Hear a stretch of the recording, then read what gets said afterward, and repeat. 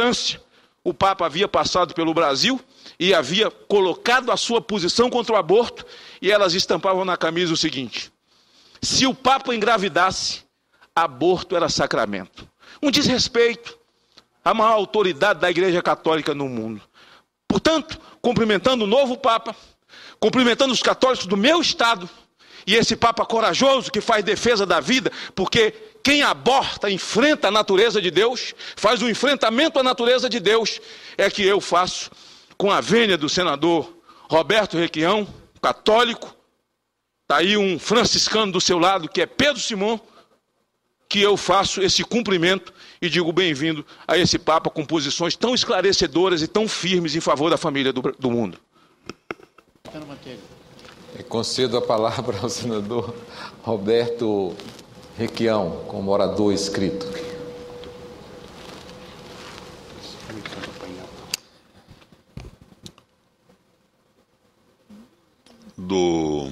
Da longa intervenção do senador Magno Malta, acredito que nós podemos tirar uma verdade, senador. A tolerância tolera tudo, menos a intolerância.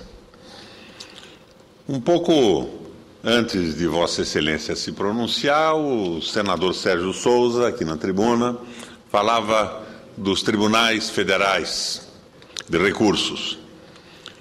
Eu, desde o meu primeiro mandato, tomei iniciativas nesse sentido, vocalizando o desejo dos advogados do setor jurídico do meu estado e dos interessados nas causas que tinham que ir conversar com o senador Pedro Simão lá no Rio Grande do Sul, no Tribunal do Rio Grande.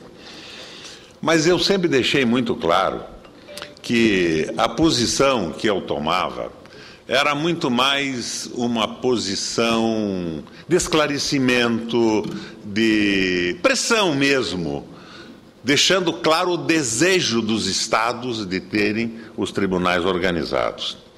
Mas eu sempre destaquei que uma emenda constitucional, e assinei algumas delas, acho até que tomei a iniciativa no meu primeiro mandato de iniciar uma, sempre deixei claro que eu acreditava que este ato era um ato de pressão, de reivindicação, porque havia e há um claro vício de iniciativa.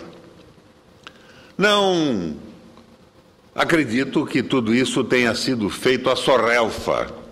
Eu mesmo, senador Sérgio Souza, fui senador aqui há 12 anos atrás. E as reivindicações eram claras, os discursos eram na televisão e todo mundo sabia da pressão que fazíamos em nome dos estados. Mais recentemente, o desembargador Fischer, inclusive, se comprometeu a conversar conosco sobre a possibilidade de viabilizar esse processo todo. Mas Minas Gerais saiu na frente, aprovou a sua emenda constitucional e, atrás de Minas, vieram os outros TRFs. Mas eu quero deixar claro que a minha visão é que nós temos, no caso, um vício de iniciativa. Porque se nós podemos criar um Tribunal Federal de Recurso, nós podemos extingui-lo também. E se podemos extinguir um Tribunal Federal de Recurso, poderíamos, inclusive, extinguir o Supremo Tribunal Federal. É claro que não poderíamos. Permanece o vício de iniciativa e é esta a solução que eu acredito que será tomada pelo próprio Supremo Tribunal quando isso chegar até lá. Mas eu ocupo a tribuna hoje para continuar um discurso que estava fazendo outro dia, quando a ordem do dia me interrompeu. Era um discurso sobre a famosa medida provisória dos portos. Eu dizia exatamente o seguinte quando fui interrompido. Eu aconselhava a presidenta Dilma, ao invés de mandar a medida provisória dos portos para o Congresso, que ela deveria trocar o secretário, o novo secretário que está segurando o crescimento dos portos públicos, ordenando que desengavetasse os projetos para a expansão dos terminais públicos, os terminais de contêineres e grãos nos portos brasileiros. E dizia também que a mesma ordem deveria ser dada aos engavetadores da ANTAQ, Agência Nacional de Transportes Aquaviários.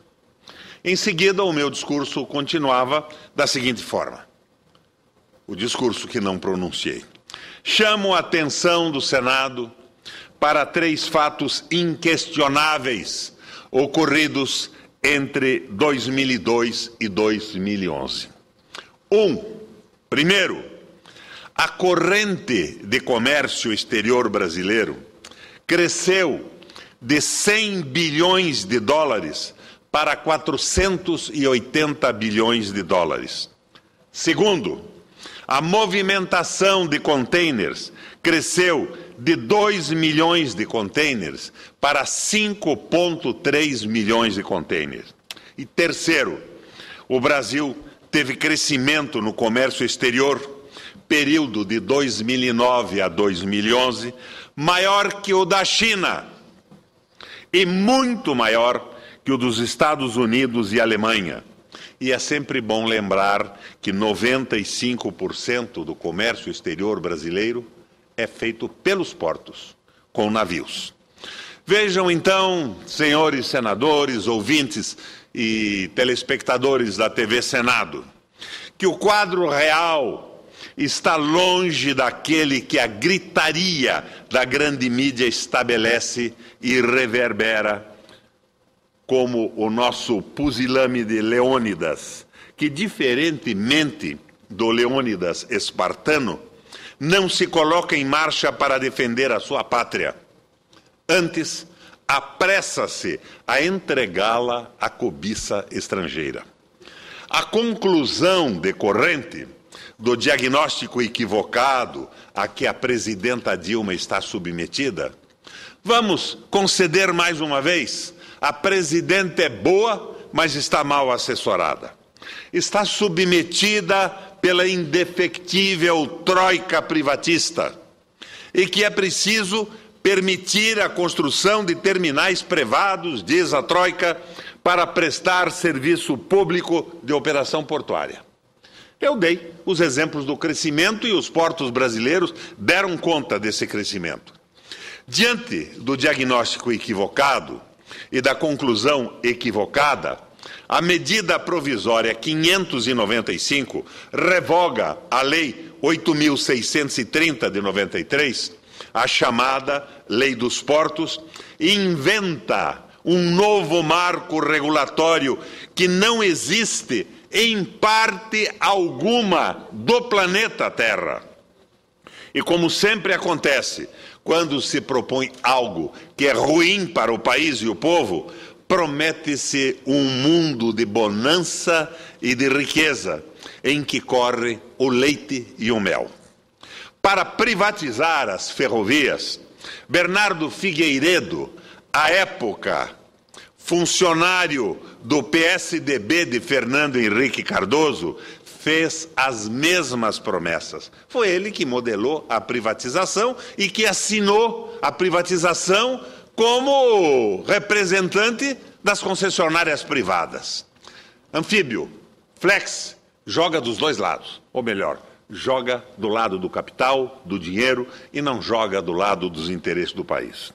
Resumindo, ao invés de fazer o que todo país soberano faz, que é fortalecer o porto público e suas estratégias de desenvolvimento, a medida provisória enfraquecerá os portos públicos e entregará sua estratégia de desenvolvimento aos armadores internacionais e a seus interesses comerciais. Pois bem, diz a troika privatista que a medida provisória 595 não é uma medida privatizante. Diz que os portos públicos não serão privatizados. Balela, conversa mole, história para enganar o povo. Hoje, os portos brasileiros são públicos e a operação é privada. Selecionada, senador Pedro Simão, mediante licitação. Estamos aqui diante de um processo de privatização que se confunde com a desnacionalização dos portos brasileiros. Desnacionalização. Esta é a palavra-chave para compreendermos a essência dessa medida provisória. Se nós temos um porto público com operação privada, a propriedade é da nação, é do Estado. Se o operador não funciona convenientemente, troca-se o operador. Se privatizamos o solo, o terreno, o porto, a baía, nós teremos um problema rigorosamente insolúvel, principalmente com o processo de reversão dos investimentos e as jogadas judiciais que são possíveis. O negócio portuário constitui um monopólio natural. Demanda investimentos de grande porte para ser eficiente, o que impõe uma barreira de entrada, limitando o número de participantes e a necessidade de o Estado garantir tais investimentos. O fato de ter como contrapartida o aproveitamento de economias de escala, em que os custos fixos se diluem à medida que aumenta a movimentação, e que dentro de sua área de influência os usuários do serviço não tenham outras opções, também denota, com a máxima clareza, de forma cristalina, a característica monopolística. Aqui reside também a importância do papel do Estado como agente regulador, que garanta tarifas módicas e tratamento isonômico aos usuários. Sejam estes grandes ou pequenos, exportadores ou importadores, como fizemos nós em Paranaguá no nosso governo. Quando assumimos, o porto era dominado pelos grandes exportadores e a economia do Estado estava estrangulada. Objetivamente, os nossos portos precisam ser equipados com dragagem. Nos Estados Unidos, a dragagem é uma tarefa do exército norte-americano. Berços de atracação e equipamentos para receber os navios supercargueiros.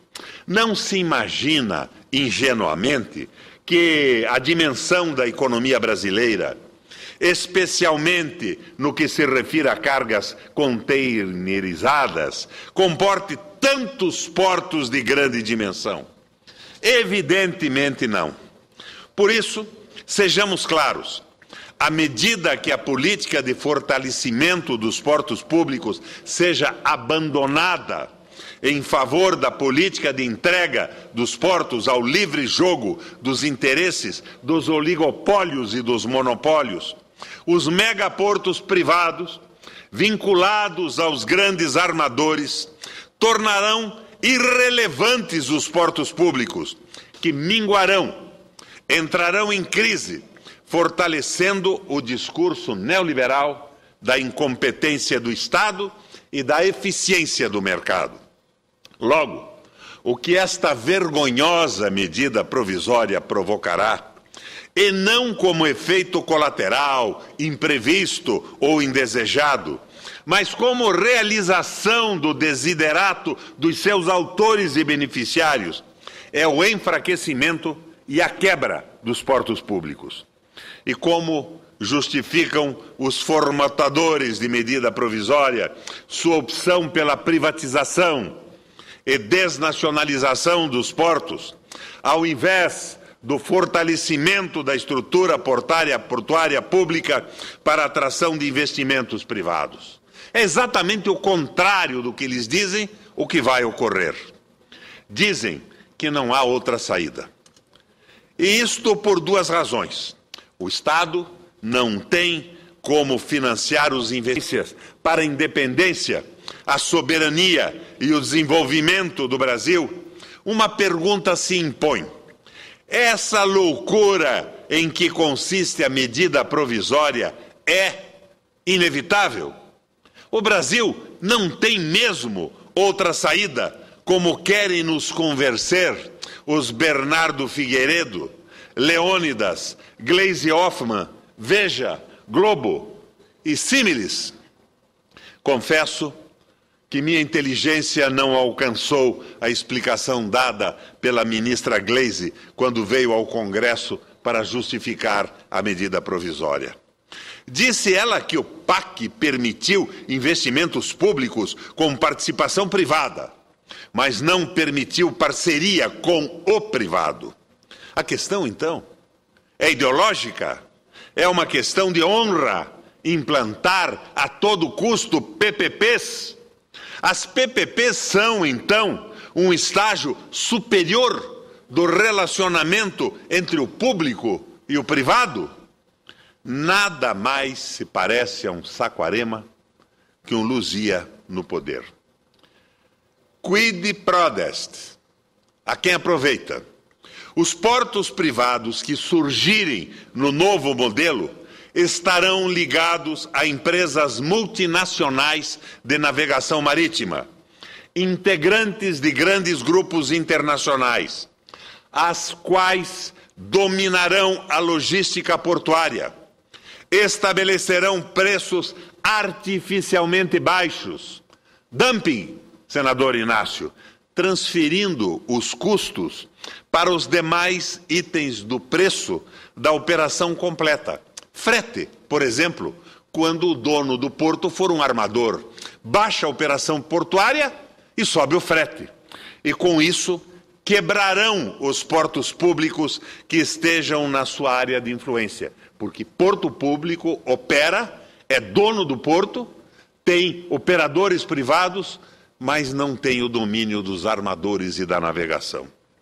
E então, quando já tiverem a logística portuária sob seu controle e os portos públicos quebrados, os oligopólios estabelecerão suas condições e seus preços ao país, aos produtores, exportadores e importadores brasileiros. Isto acarretará elevação dos fretes, aumentando o nosso déficit na balança comercial de fretes, que de 1,6 bilhões em 2003, alcança agora 8,7 bilhões. Claro que isto aponta para o mal que faz ao Brasil não possuir uma frota de navios brasileiros para comércio internacional. Os jornais de ontem e as notícias dos rádios e das televisões já nos anunciavam o aumento dos fretes internacionais por parte desses tais armadores.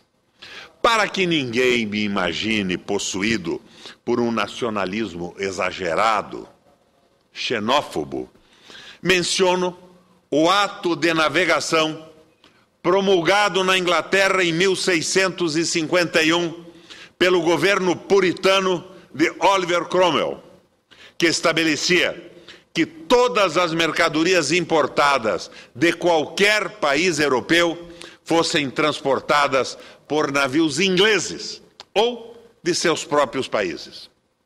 Posteriormente, em 1652, especificou-se que, pelo menos, 3/4 da tripulação dos navios deveriam ser britânicos. Esta lei provou forte reação dos Países Baixos, que até então obtinham grandes lucros com o comércio marítimo inglês. Em consequência, os países mergulharam nas guerras anglo-holandesas, que terminou com a vitória britânica em 1654, marcando o início efetivo da hegemonia marítima britânica. Mas, afinal, quid prodest? A quem aproveita este raio de medida provisória? Esta medida provisória foi lançada às pressas para impedir que o Tribunal de Contas da União julgasse o processo TC 015-916/2009-0. No momento mesmo do julgamento, a Casa Civil teria solicitado a retirada do processo de pauta, porque a medida provisória estaria sendo publicada. E foi esta malfadada medida provisória 595. E em que consiste a decisão do Tribunal de Contas da União, que a Casa Civil tentou evitar que fosse proferida? Quem e a que interesses buscou a tal Casa Civil proteger? A decisão do Tribunal de Contas da União determinava a leniente ANTAC que em 90 dias licitasse os terminais das empresas que mantinham ilegalmente portos privativos transportando cargas de terceiros em Cotegipe, Bahia, Porto Nave, Itajaí, Santa Catarina, Itapoá, Santa Catarina e Embraporte, Santos, São Paulo.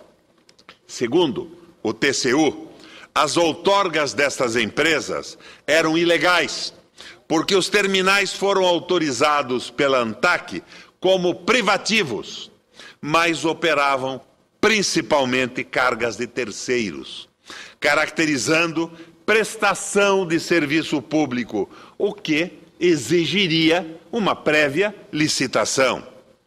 E a leniente ANTAC nenhuma providência tomava.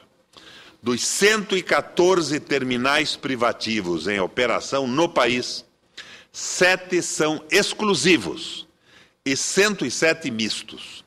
Os terminais mistos transportam carga de terceiros, prestando ilegalmente serviço público em afronta à Lei dos Portos de 1993 e ao decreto do presidente Lula, que em 2008 tentou botar ordem na bagunça, condicionando a autorização de instalações privativas mistas quando a movimentação das cargas era da mesma natureza da carga própria, para aproveitar algumas janelas no grosso da movimentação da carga própria. Algumas janelas.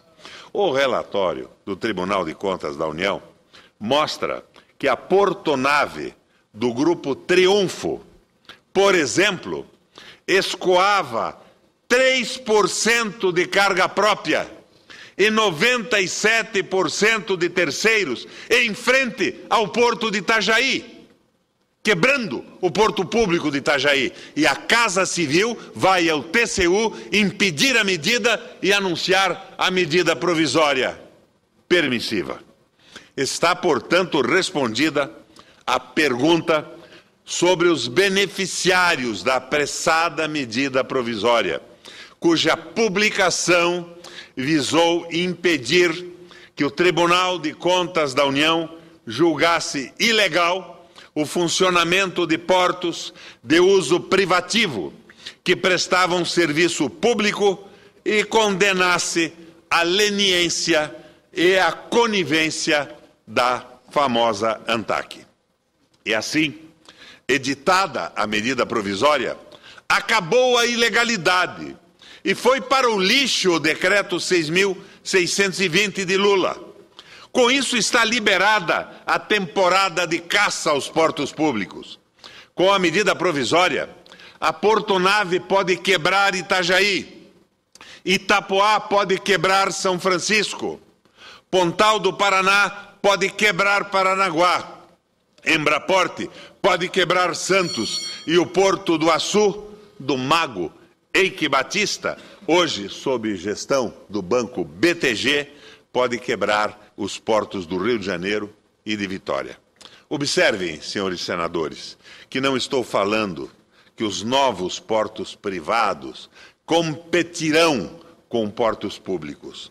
Digo que enfraquecerão e, no limite, quebrarão os portos públicos. Não há competição em setores da economia que se constituem, como é o caso, em monopólios naturais. Esta medida provisória conduzirá a isso, quebradeira dos portos públicos e desnacionalização das portas de entrada e de saída do país. Senhores e senhoras, telespectadoras e ouvintes da Rádio Senado, a pior cegueira é a que acomete os que têm por dever ser os olhos da República. ensina-nos